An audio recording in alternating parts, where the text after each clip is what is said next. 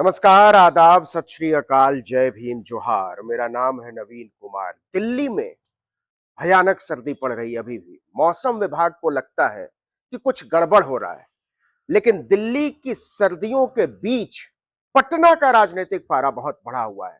बिहार की राजनीति में हंगामा मचा हुआ है और बिहार की राजनीति का असर दिल्ली तक हो रहा है। इस वक्त मैं बेंगलोर में हूं, जिसको बंगलुरु भी कहते हैं, और यहां मौसम बहुत सुहाना है।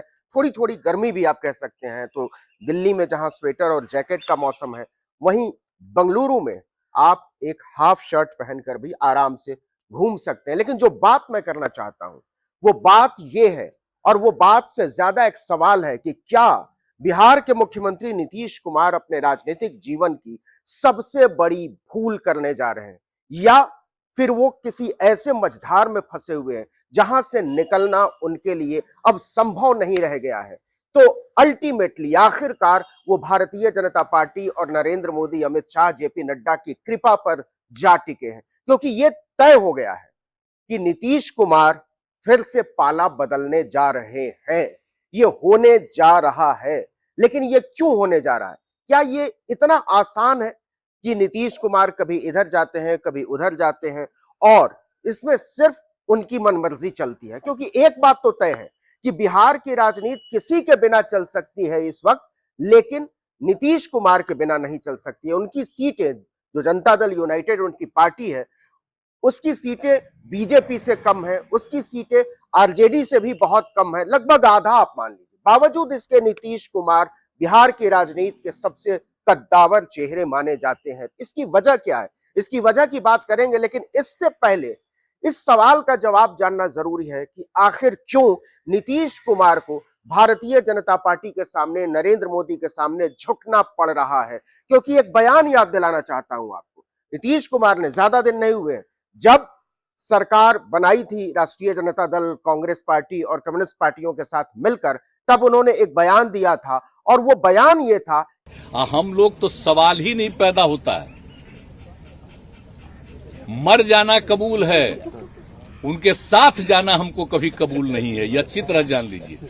जो गठबंधन, महागठबंधन है, उसकी तरफ से अगर वो मुख्यमंत्री नहीं रहेंगे, वो मुख्यमंत्री की कुर्सी छोड़ेंगे, तो उस पर तेजस्वी यादव को बैठाएंगे, बैठा कर जाएंगे। इसकी वजह से उनकी अपनी पार्टी में भी बहुत नाराजगी हो गई थी। बावजूद इसके जोखिम लेकर वो बार बार बोलते रहे कि महागठबंधन की तरफ से तेजस्वी यादव उनके उत्तराधिकारी होंगे। तो क्या हुआ उन बयानों का? क्या हुआ उन रास्तों का जो उन्होंने खुद तय किया था? और क्यों नीतीश कुमार को इतनी जल्दी पाला बदलने की जरूरत पड़ती है?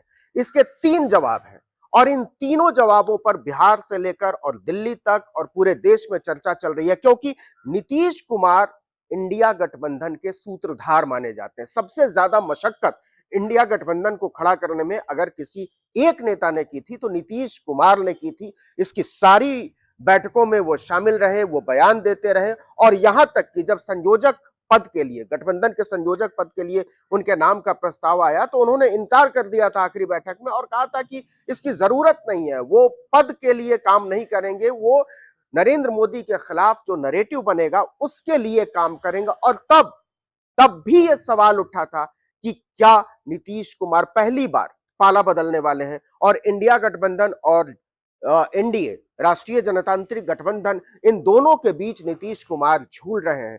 तो दूसरा सवाल जो है वो ये कि क्या नीतीश कुमार पहले से जानते थे कि उनका राजनीतिक कदम क्या होगा, और वो केवल इंडिया गठबंधन में अपना वजन बढ़ा रहे थे, अपना कद बढ़ा रहे थे, और वो एक बेहतर मोल भाव की स्थिति पैदा करना चाहते थे?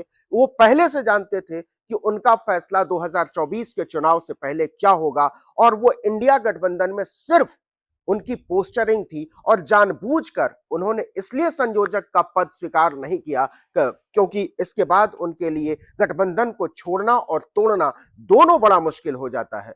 तो क्या नीतीश कुमार ने, जो तीसरा सवाल है वो ये है, और यही सबसे बड़ा सवाल है, कि क्या नीतीश कुमार ने इंडिया गठबंधन को धोखा दिया है?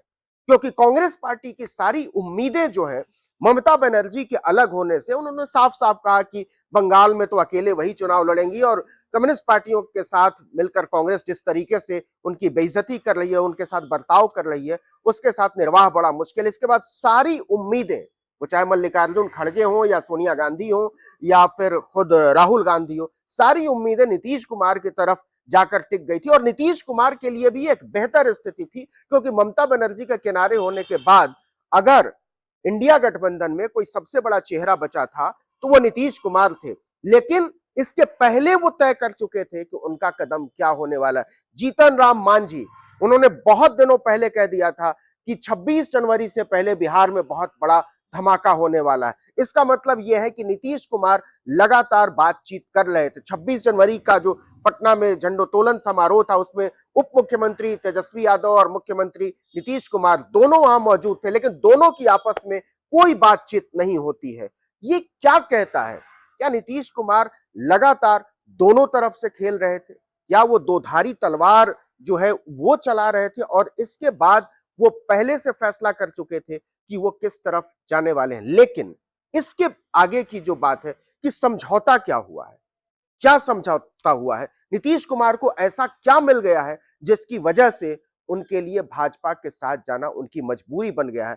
एक घटना जो हुई कि पटना से सम्राट चौधरी, बिहार प्रदेश अध्यक्ष भाजपा के जो हैं, जिस फ्लाइट से वो दिल्ली के लिए रवाना हुए, उसी फ्लाइट में जनता दल यूनाइटेड के राष्ट्रीय महासचिव केसी त्यागी भी मौजूद थे।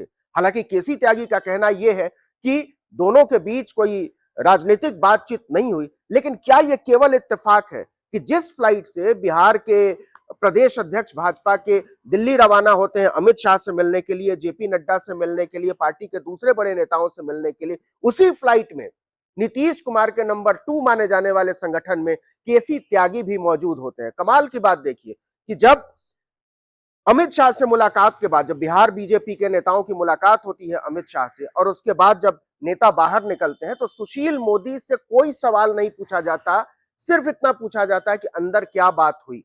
तो सुशील मोदी का जवाब यह होता है कि जो हमारी बातचीत थी वो 2024 के चुनाव पर केंद्रित थी। लेकिन बिना सवाल पूछे हुए, बिना कोई सवाल पूछे हुए, धारा प्रवाह बोलते हुए कहते हैं सुशील मोदी, क्या कहते हैं?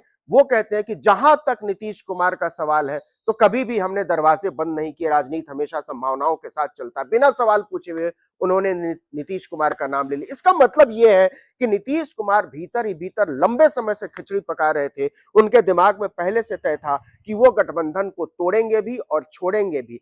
लेकिन ऐसी क्या मजबूरी थी नीतीश कुमार के सामने जो बार बार सवाल उठ रहा है?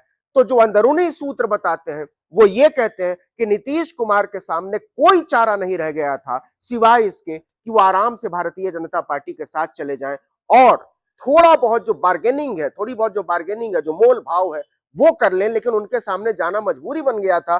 क्यों? क्योंकि अगर वो नहीं जाते तो भारतीय जनता पार्टी जेडीयू के भीतर ही भीतर इतनी घुसपैठ कर चुकी थी कि अगर नीतीश कुमार इससे इनकार करते तो जेडीयू टूट जाती। तो या तो वो पार्टी को टूटने देते और खुद पद से किनारे होते, क्योंकि उस सूरत में नीतीश कुमार के सामने संकट खड़ा हो जाता और मुख्यमंत्री की कुर्सी मिलती कि ना मिलती, यह भी अपने आप में एक सवाल है।